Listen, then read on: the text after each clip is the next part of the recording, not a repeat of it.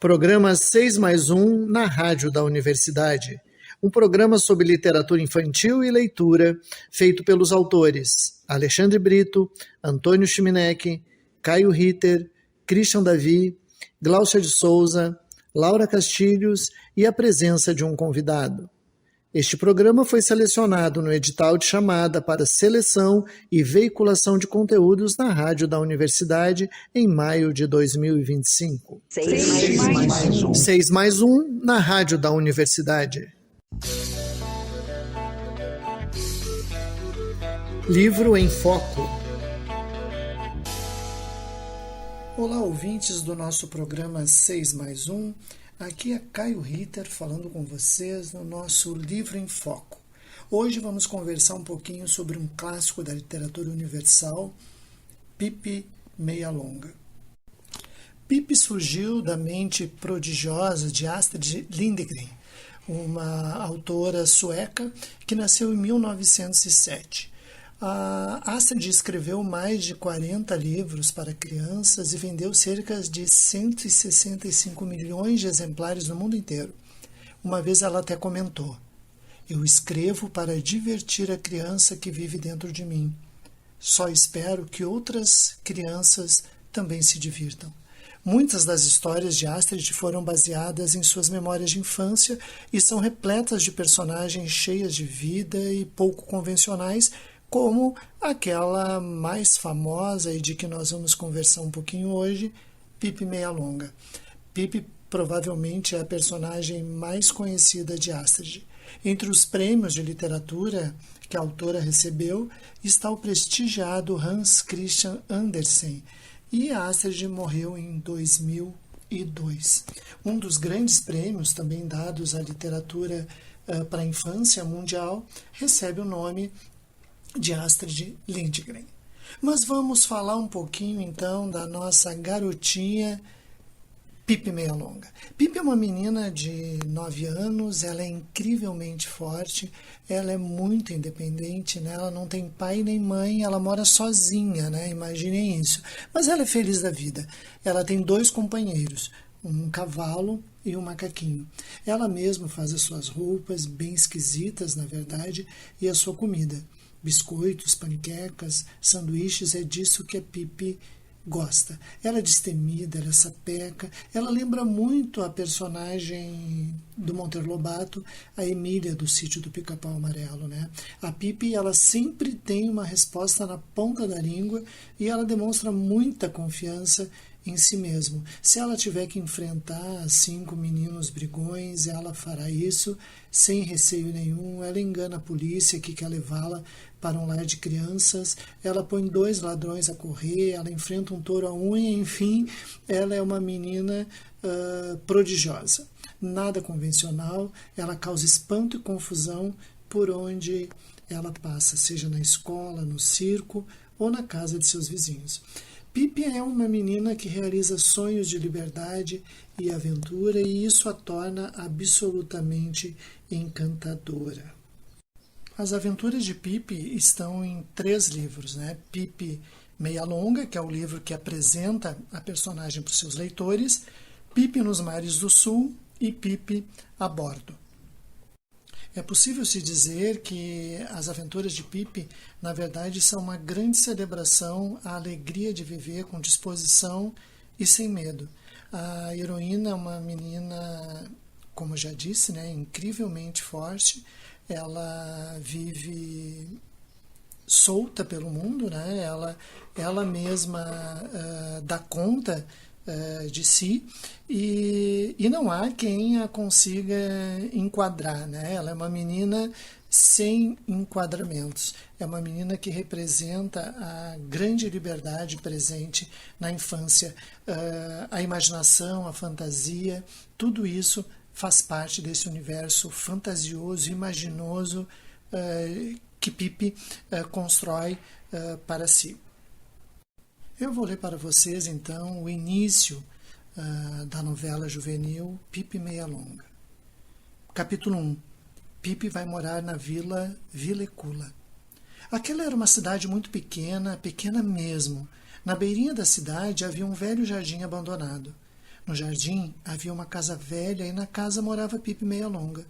Pipi tinha 9 anos e morava completamente sozinha.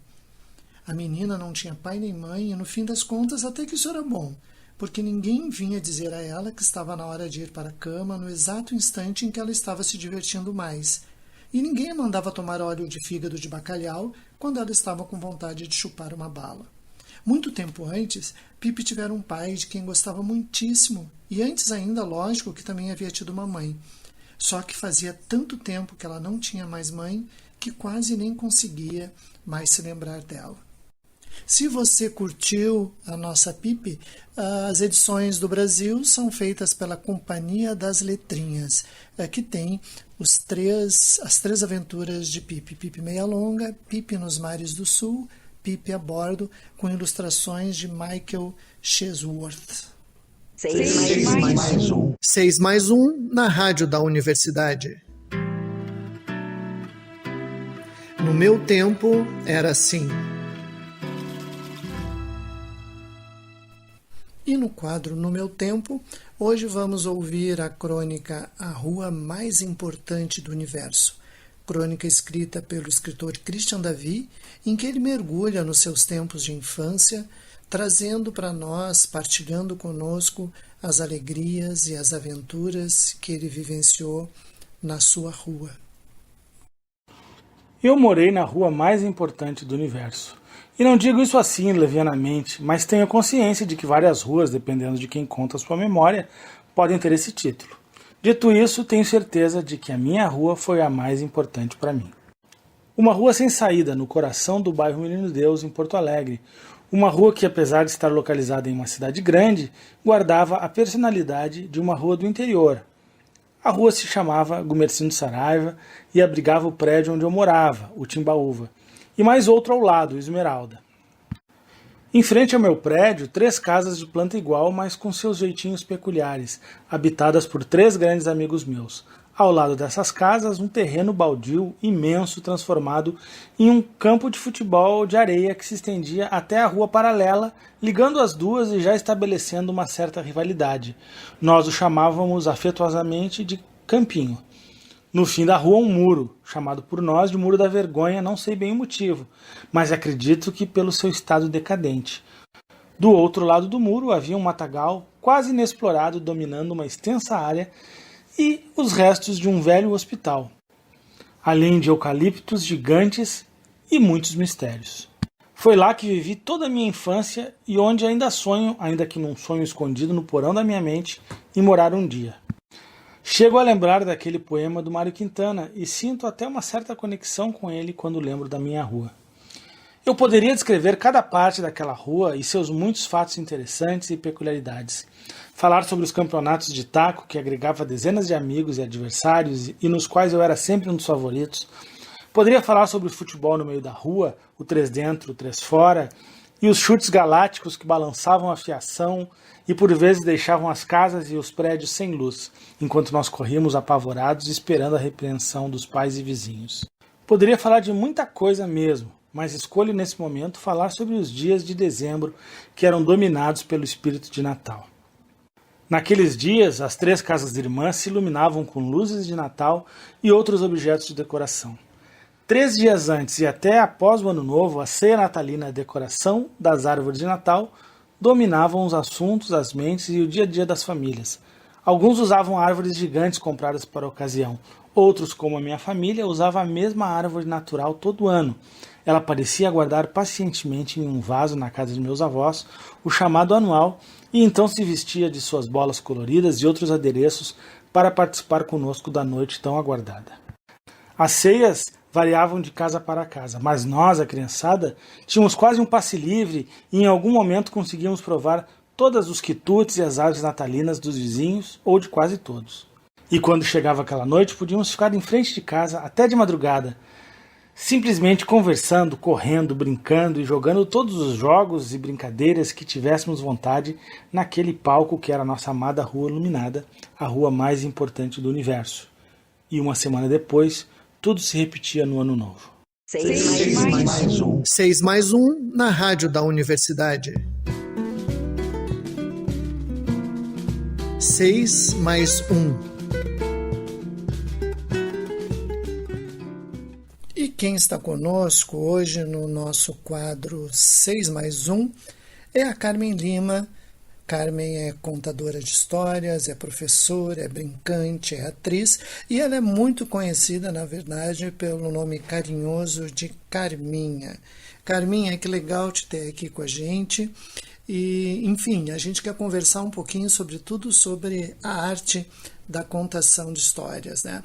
Contar e ouvir histórias sempre esteve e segue presente na vida cotidiana, na vida de todo mundo, né? Vira e mexe a gente vê alguém contando alguma história, alguma memória.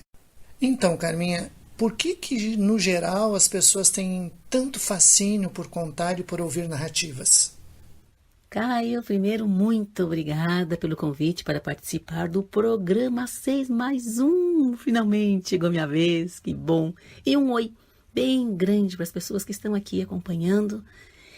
E tu sabe que o fascínio por ouvir histórias, na minha concepção, é como se abrisse um portal nessa vida tão corrida, nesses compromissos, atividades e horários para cumprir.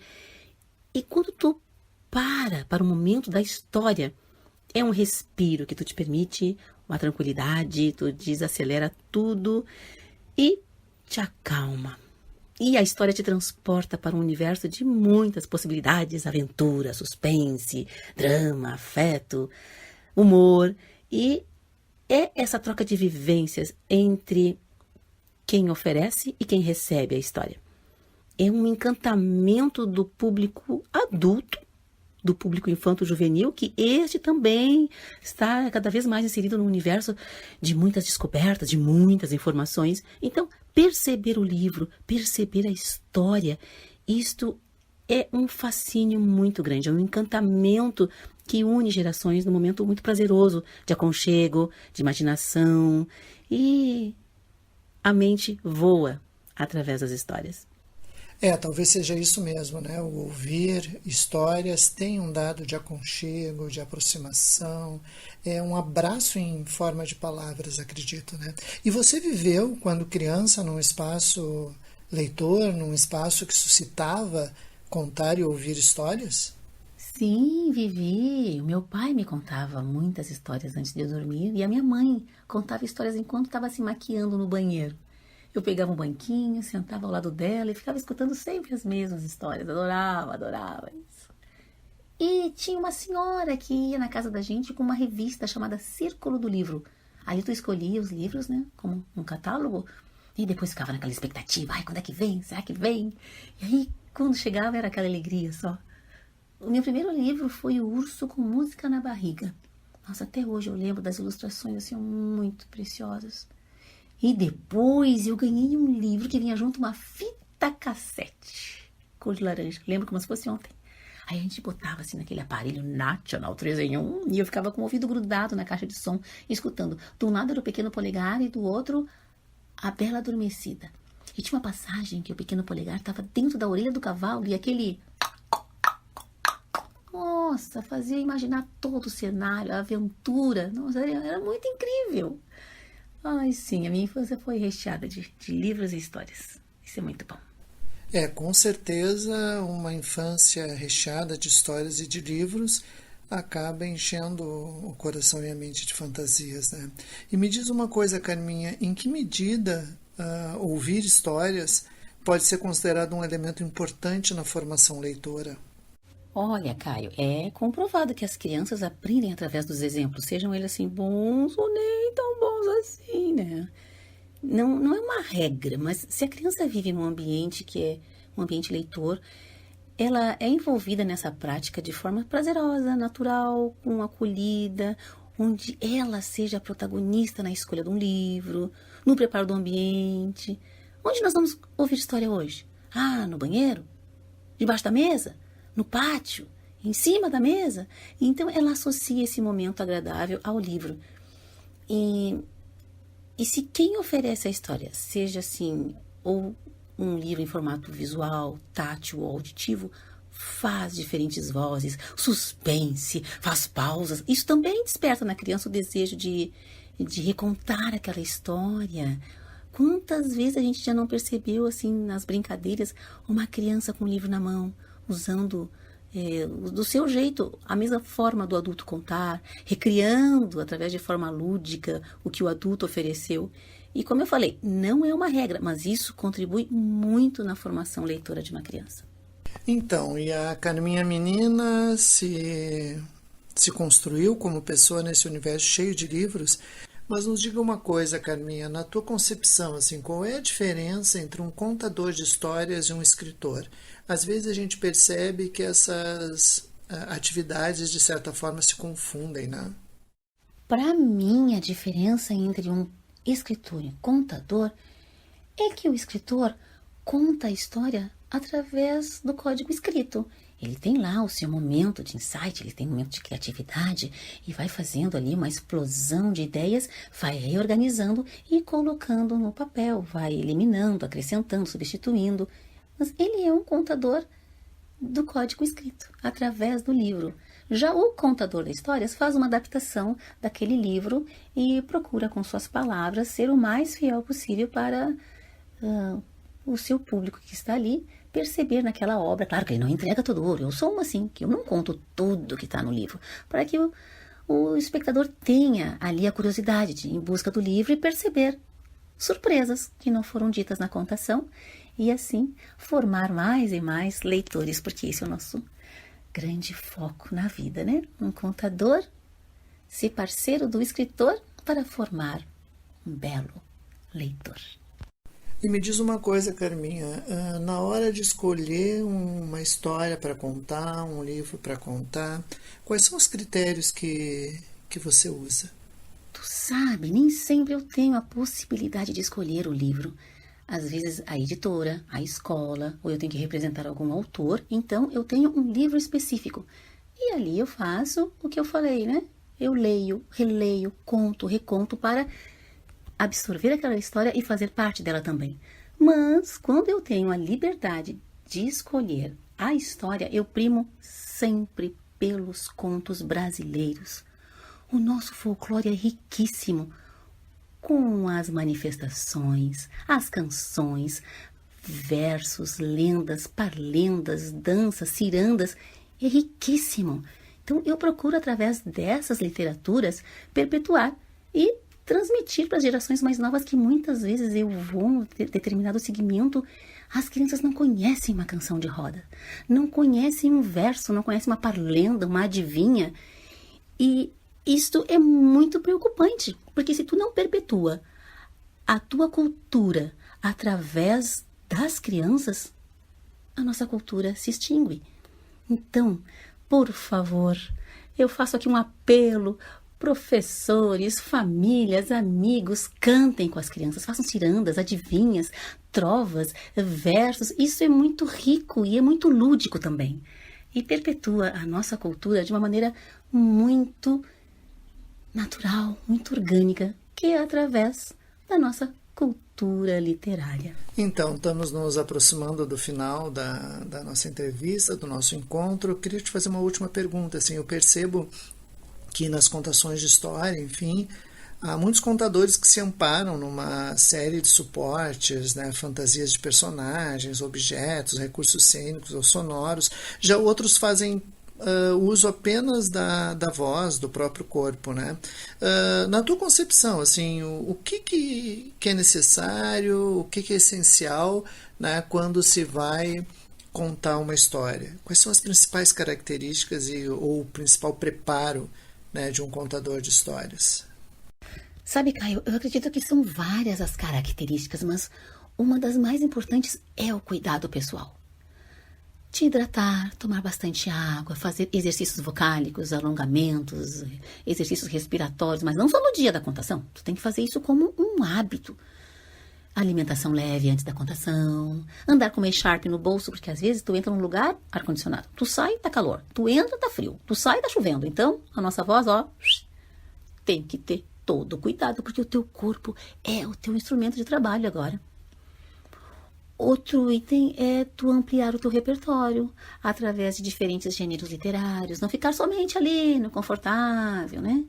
estudar os precursores, quem foram os primeiros contadores, quais fontes utilizaram, ler diferentes versões da mesma história, mergulhar no livro 1, 2, 3 vezes, ler, reler, recontar, porque assim tu vai te envolver no personagem, no enredo, e acreditar naquilo que tu está contando, para que o público também acredite no que tu estás a contar e seja envolvido pela história.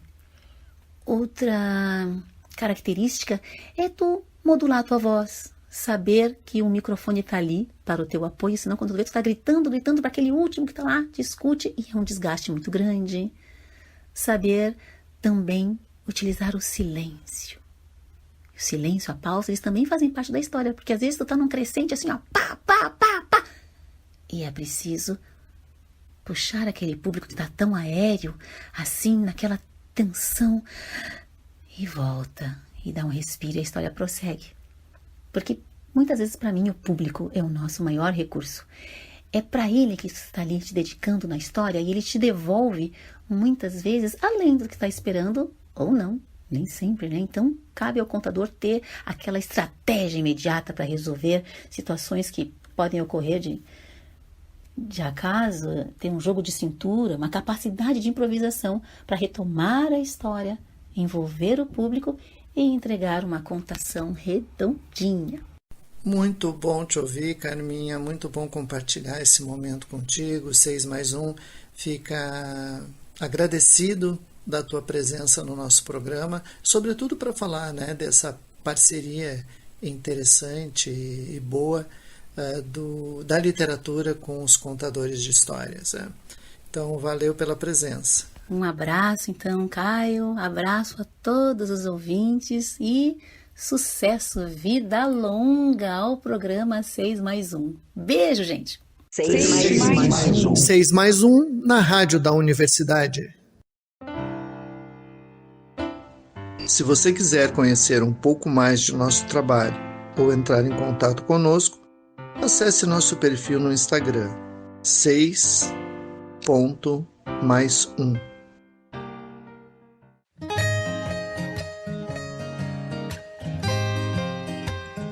Palavra de leitor.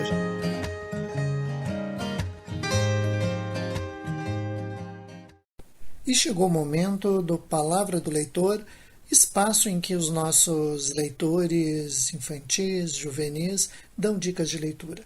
E a dica de hoje, ela vem do Theo Vieira Garrido, que tem 10 anos e estuda no Colégio Murialdo. O Theo está indicando para nós o livro Detetive Raposo. E aí, Theo, por que essa indicação? Minha dica é o livro Detetive Raposo, Encontro com o Perigo, de Adam Frost. O livro conta a história de uma raposa detetive que vai investigar o roubo de uma obra de uma das maiores galerias de arte em Paris. Raposo é contratado por uma poodle, e durante a história muitos animais aparecem. Urso, lobo, topeira, lontra e outros. O mistério da investigação vai até o final do livro. Isso me deixou curioso até a última página. Essa é a minha dica de livro. Valeu pela dica, Theo. E quem se interessou pelo livro Detetive Raposo, Encontro com o Perigo, de Adam Frost, é publicado pela Tiger Tales. 6+1. 6+1 na Rádio da Universidade. Ouvindo versos e histórias. No Ouvindo Versos, vamos ouvir a poesia de Henriqueta Lisboa, uma das primeiras autoras a produzir poesia para a infância no Brasil, com seu livro O Menino Poeta. A edição é da Peirópolis e ilustrações do Nelson Cruz. O autor Mário de Andrade, em relação ao livro O Menino Poeta, diz que os poemas são simplesmente um encanto para os ouvidos, para os olhos, para o corpo todo. O Menino Poeta, isso achei maravilha integral. Então vamos ouvir alguns poemas de Henriqueta Lisboa. Cantiga de Neném. O neném vai dormir sobre a carícia da lua neste bercinho de nuvens. Sob a carícia da lua, que é o doce olhar de mamãe, neste bercinho de nuvens. Neste bercinho de nuvens, que é o coração de mamãe, o neném já está dormindo. Tico-tico. Tico-tico no farelo, sinhá tem pena. Tico-tico troca as letras, sinhá tem pena. Tico-tico não aprende, sinhá tem pena. Tico-tico analfabeto, sinhá tem pena. Segredo. Andorinha no fio escutou um segredo. Foi à torre da igreja, cochichou com o sino. E o sino bem alto. Delém-dem, delém-dem, delém-dem, dem-dem. Toda a cidade ficou sabendo. Tempestade. Menino, vem para dentro. Olha a chuva lá na serra. Olha como vem o vento. Ah, como a chuva é bonita e como o vento é valente. Não sejas doido, menino. Esse vento te carrega, essa chuva te derrete. Eu não sou feito de açúcar para derreter na chuva. Eu tenho força nas pernas para lutar contra o vento. E enquanto o vento soprava, enquanto a chuva caía, que nem um pinto molhado, teimoso como ele só, gosto de chuva com vento, gosto de vento com chuva. Estes poemas, então, são da autora Henriqueta Lisboa e estão no livro O Menino Poeta, da editora Peirópolis, com ilustrações de Nelson Cruz.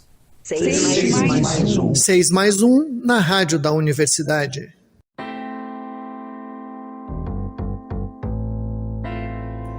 Poemas cantados.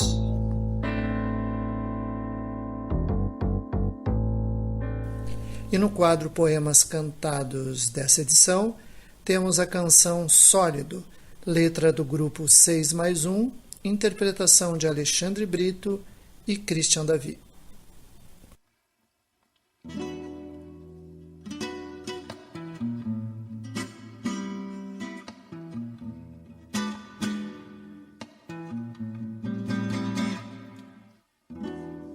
Meus cadernos rasurados, cópias dos teus perfeitos.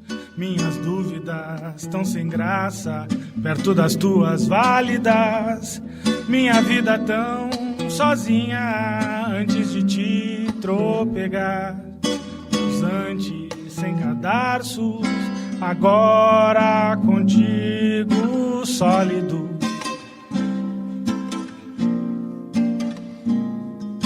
Sólido, sólido,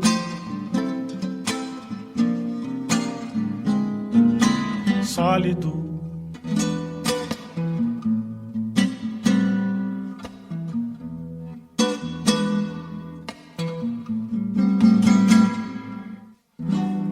Meus cadernos rasurados, cópias dos teus perfeitos.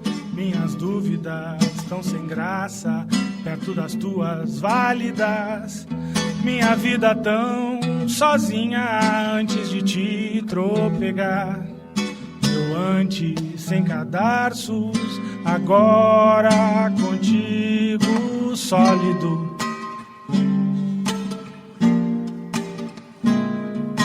Sólido.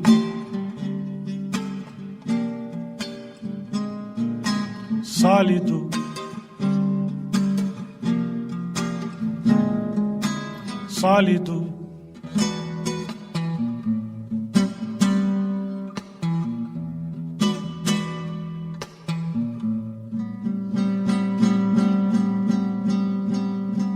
sólido. 6+1 na Rádio da Universidade. Se você quiser conhecer um pouco mais de nosso trabalho ou entrar em contato conosco, acesse nosso perfil no Instagram, 6.mais1. Programa 6+1 na Rádio da Universidade teve a produção do coletivo 6+1, apresentação de Caio Ritter e técnica de Jorge Fox. Este programa foi selecionado no edital de chamada para seleção e veiculação de conteúdos na Rádio da Universidade em maio de 2025. Um abraço e até a próxima semana.